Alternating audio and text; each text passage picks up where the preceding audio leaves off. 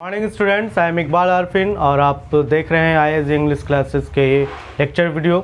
आज lecture video के last modal verb में मैं आपको कुछ स्पेशल मॉडल वर्ब के बारे में बता रहा हूँ। वैसे तो आप जान चुके हैं कि modal verb can, could, may, might say start होता हुआ ये डेयर, नीड, यूज टू तक हो जाता है। टोटल 13 मॉडल वर्ब्स होते हैं, पर मैं आज आपको 3 और ऐसे मॉडल वर्ब्स के बारे में बता रहा हूँ जो कि बहुत ही स्पेशल है और ये आजकल ज़्यादातर यूजेज होते हैं स्पोकन में, बोलचाल में।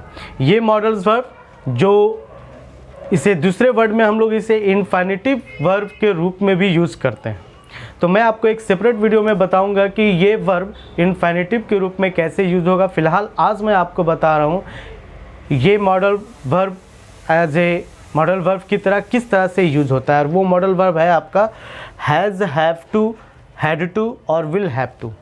तो ये मॉडल वर्ब के रूप में कैसे प्रयोग होगा आज हम लोग यही पढ़ने जा रहे हैं। तो मैं आप सब लोगों से फिर से रिक्वेस्ट करता हूँ कि जो लोग ये वीडियो को फर्स्ट टाइम देख रहे हैं प्लीज़ सब्सक्राइब कर लें और वीडियो के अंत तक बने रहें। आइए आते हैं टॉपिक पे। Has, have to, had to और विल हैव टू का प्रयोग ये एक मॉडल वर्ब के रूप में कैसे प्रयोग होता है। सबसे पहले हम लोग इसके मीनिंग की ओर जानेंगे। हैज़, हैव टू का अर्थ होता है ना है, पढ़ता है। यानी जब आप हिंदी वाक्य बनाते हैं, हिंदी वाक्य क्रिया शब्द के अंत में ना है या पढ़ता है अगर दिया हो तो आप जान जाइए वहाँ पे हमें हैज़ और हैव टू का अकॉर्डिंग टू सब्जेक्ट यूज़ करना है और ये प्रेजेंट टेंस में यूज़ होता है। दूसरा है हैड टू, ना था, पढ़ता था या पढ़ा, इस सेंस में हम इसका प्रयोग करते हैं और ये भी मॉडल वर्ब की तरह प्रयोग होगा, है ना, पास्ट टेंस में। ठीक है, उसके बाद आ जाइए विल हैव टू। इसका अर्थ हो जाता है ना होगा या पढ़ता होगा। तो ना होगा, पढ़ता होगा अर्थ के लिए हिंदी वाक्य क्रिया शब्द में अगर ये दिया हो तो उसके अर्थ के लिए हम ये विल हैव टू का प्रयोग करेंगे फ्यूचर टेंस में। ठीक है, तो अब आ जाइए कैसे। तो has, have to, had to और विल हैव टू का प्रयोग मॉडल वर्ब के रूप में कैसे यूज होता है और ये मॉडल क्यों है। मैं आपको सबसे पहले बता दूं कि मॉडल के फर्स्ट स्टार्टिंग वीडियो में जब मैंने इंट्रोडक्शन दिया था मैंने उसमें इंट्रोड्यूस किया था, आपको बताया था कि has to, have to, had to, will have to को मॉडल वर्ब कहा जाता है। क्यों? क्योंकि मॉडल वर्ब का डेफिनेशन ही होता है कि modal expresses compulsion, necessity, capacity, ability, that is called modal verb. तो जो मॉडल वर्ब वो वर्ब होता है, वह एक्सिलरी वर्ब होता है जो बाध्यता को, आवश्यकता को, है ना, क्षमता को, योग्यता को दर्शाता हो, उसे हम मॉडल वर्ब कहते हैं। तो ये जो मॉडल वर्ब आज हम बताने जा रहे हैं ये मॉडल वर्ब आवश्यकता और बाध्यता को दर्शाएगा। आवश्यकता और बाध्यता को दर्शा रहा है ये, तो इसका मतलब ये हुआ कि ये मॉडल वर्ब के रूप में भी प्रयोग होता है। ठीक है, तो आइए अब इसके यूज़ के ऊपर चलते हैं। तो मॉडल वर्ब के रूप में हैज़ टू, हैव टू का मीनिंग आप जान चुके हैं। मैंने यहाँ पे स्ट्रक्चर फॉर्म किया, आप देख सकते हैं। सब्जेक्ट, उसके बाद फिर हैज़ और हैव। सब्जेक्ट के अनुसार हैज़ और हैव का प्रयोग करेंगे। हैव का प्रयोग फर्स्ट पर्सन, सेकंड पर्सन के साथ और थर्ड पर्सन के प्लूरल फॉर्म के साथ करते हैं, जबकि हैज़ का प्रयोग थर्ड पर्सन के सिंगुलर नंबर के साथ किया जाता है। तो ये हैज़, हैव का प्रयोग करेंगे सब्जेक्ट के अनुसार। उसके बाद टू का प्रयोग करना है जो हैज़ और हैव दोनों के साथ, यानी हैज़ होगा तो भी टू लगाएंगे, हैव होगा तो भी टू लगाएंगे।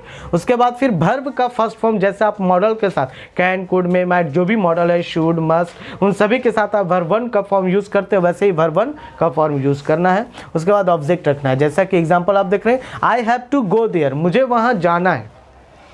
ये इसका अर्थ हो गया, मुझे वहाँ जाना है। ऐसा लग रहा है इस वाक्य से आवश्यकता का बोध हो रहा है, नेसेसिटी, है ना। अगर आप इसको दूसरे शब्दों में ये भी कह सकते हैं कि मुझे वहाँ जाना पड़ता है।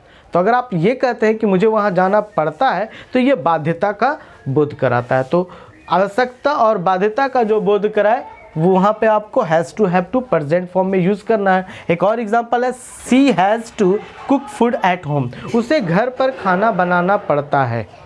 उसे घर पे खाना बनाना पड़ता है, यहाँ बाध्यता का बोध हो रहा है। इसको दूसरे शब्दों में आप ये भी हिंदी वाक्य में कह सकते हैं कि वह उसे घर पे खाना बनाना है, उसे घर पे खाना बनाना है, यानी यहाँ पे आवश्यकता का बोध हो गया। तो दोनों अर्थ निकल सकते हैं इससे।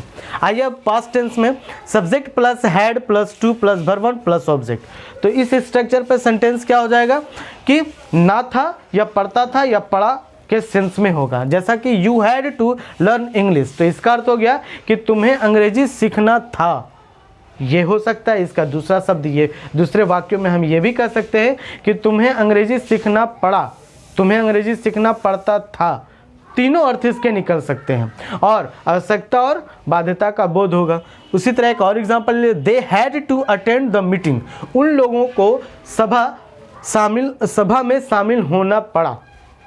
सभा में शामिल होना पड़ा, या सभा में शामिल होना था, या सभा में शामिल होना पड़ता था। तीनों अर्थ इसके निकलते हैं। अब आ जाइए, ये पास्ट टेंस हो गया। अब आइए फ्यूचर टेंस में। फ्यूचर टेंस में स्टूडेंट क्या यूज करेंगे, तो सब्जेक्ट के साथ विल हैव टू का प्रयोग करेंगे। तो subject plus will plus have plus to plus verb one plus object, इस स्ट्रक्चर पे सेंटेंस हो जाएगा। Ram will have to carry the load, Ram को बोझ उठाना पड़ा होगा, पड़ा होगा, पड़ता होगा, या ना होगा भी लगा सकते हैं। तो यहाँ पे सेंटेंस हो जाएगा Ram will have to carry the load. इसका अर्थ हो गया कि राम को बोझ उठाना होगा, राम को बोझ उठाना पड़ा होगा, या राम को बोझ उठाना पड़ता होगा। तीनों अर्थ हो सकते हैं। अब आ जाइए, he will have to study at home, उसे घर पर पढ़ना होगा, उसे घर पर पढ़ना पड़ता होगा, या उसे घर पर पढ़ना पड़ा होगा। तीनों अर्थ इसके निकल सकते हैं। तो ये जो मॉडल वर्ब मैंने बताया स्टूडेंट, इस मॉडल वर्ब से आवश्यकता और बाध्यता का बोध होता है। और इस तरीके से आपको मैं अब नेक्स्ट वीडियो में बताऊंगा कि हैज़ टू, हैव टू और हैड टू का प्रयोग हम किसी और दूसरे सेंस में भी यूज़ करते हैं। तो आज के लिए इतना ही, ये मॉडल वर्ब का लास्ट वीडियो था। Thank you.